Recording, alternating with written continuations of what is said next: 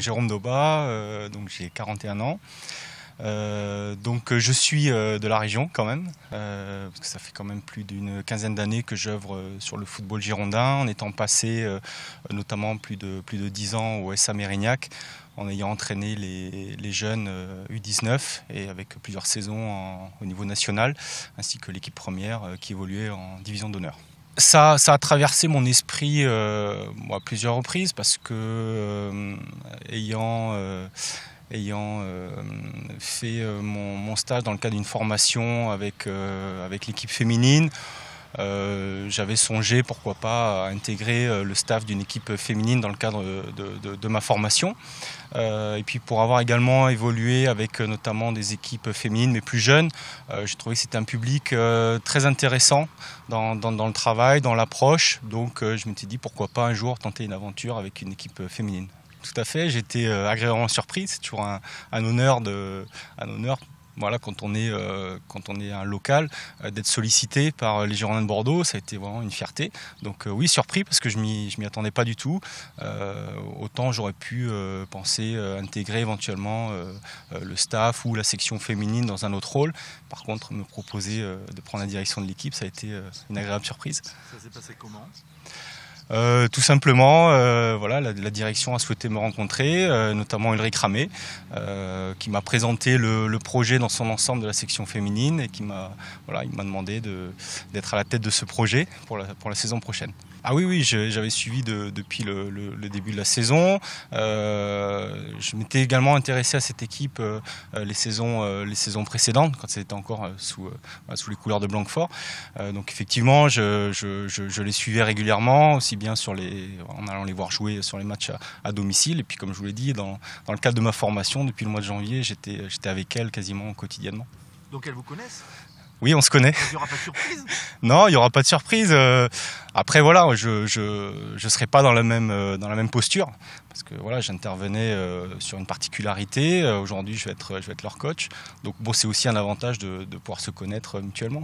L'avantage, ce que je viens de vous dire, c'est qu'on se connaît. Je pense qu'il faut qu'on se donne les moyens de vivre une belle aventure, parce que ça va être une nouvelle aventure pour tout le monde, aussi bien le staff que pour le club, que pour les joueuses. Donc c'est se donner les moyens de passer une belle saison, de prendre du plaisir aussi dans le quotidien, dans le travail, parce que ça va être une saison difficile, mais il va falloir qu'on se donne les moyens d'y arriver, d'élever le niveau d'exigence, mais tout ça, on n'y arrivera pas si on ne met pas du plaisir, si on ne retrouve pas ce plaisir de venir s'entraîner et de bien vivre ensemble.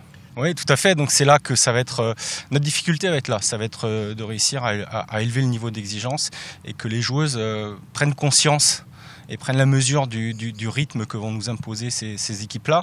Donc on va s'y attacher dès la reprise à essayer d'élever le niveau d'exigence, de les mettre vite dans le rythme pour réussir à rivaliser avec ces équipes-là, sachant que voilà, à mon avis, il y aura un championnat à deux vitesses avec les équipes qui sont dans le top 4 ou dans le top 5, et puis il y aura un championnat plus du bas de tableau dans lequel on va essayer d'évoluer. On a la chance d'avoir un groupe très jeune, avec de la qualité. Dans l'état actuel des choses, je pense que voilà, les joueuses ont le potentiel d'évoluer en D1, comme je vous l'ai dit, en élevant le niveau d'exigence, en augmentant le nombre de séances d'entraînement, en ayant peut-être une nouvelle approche de l'entraînement. Après, on va essayer d'étoffer ce groupe avec des joueuses qui pourraient nous apporter peut-être une expérience de la D1 ou une expérience du niveau international avec des jeunes joueuses. On y travaille, sachant qu'on ne veut pas du tout révolutionner le groupe actuel, parce que, voilà, on leur fait confiance et on pense qu'il y a encore une marge de progression, parce que c'est un groupe qui est très jeune, donc je pense qu'il y a une marge de progression avec ce groupe. On va se donner les moyens d'y arriver. On ne veut pas non plus changer de la philosophie. On s'est mis d'accord là-dessus avec le club.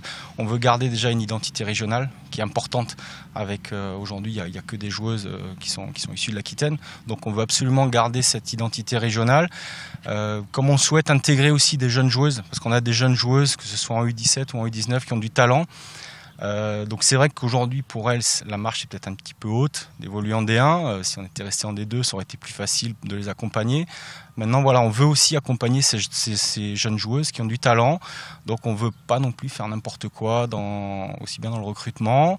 Donc voilà, on va rester sur des choses saines, on va dire, avec voilà, pérenniser le groupe actuel, intégrer des jeunes joueuses du club qui ont une identité locale et qui sont attachées au club. Donc on va surtout intégrer des jeunes joueuses, et les quelques joueuses qui peuvent nous rejoindre seront dans cet état d'esprit. Je pense que ça peut marcher parce qu'en plus il n'y aura que 2 descentes la saison prochaine. Le groupe actuel a montré que sur des matchs cette année, comme en Coupe de France, a réussi à rivaliser avec des équipes de D1. Donc on se dit qu'en augmentant la charge de travail, le groupe va pouvoir rivaliser avec des équipes de D1. Donc on va surtout s'attacher à élever le niveau d'exigence. Malgré tout, c'était aussi leurs ambitions aux filles d'accéder à la D1. Ça fait quand même 4 ans qu'elles vivent ensemble. C'était leur objectif. Maintenant, elles l'ont atteint. On va dire que c'est aussi un peu à elles d'assumer.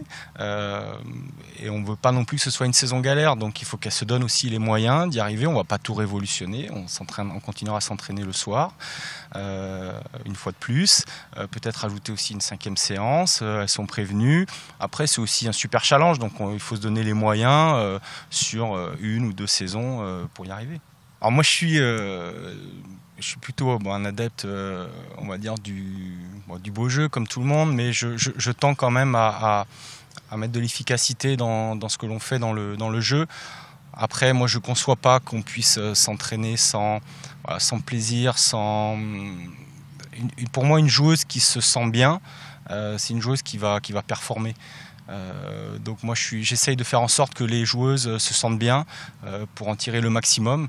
Et après, je suis pas quelqu'un je suis quelqu'un qui va essayer de fixer un cadre aux joueuses, mais dans lequel elles vont avoir une certaine liberté dans les prises d'initiative, qu'elles puissent prendre des initiatives pour essayer d'être créatives, de pouvoir déstabiliser l'adversaire. Voilà. Objectif, maintien? Oui, le maintien, bien évidemment. On parlera de Coupe d'Europe dans les années à venir.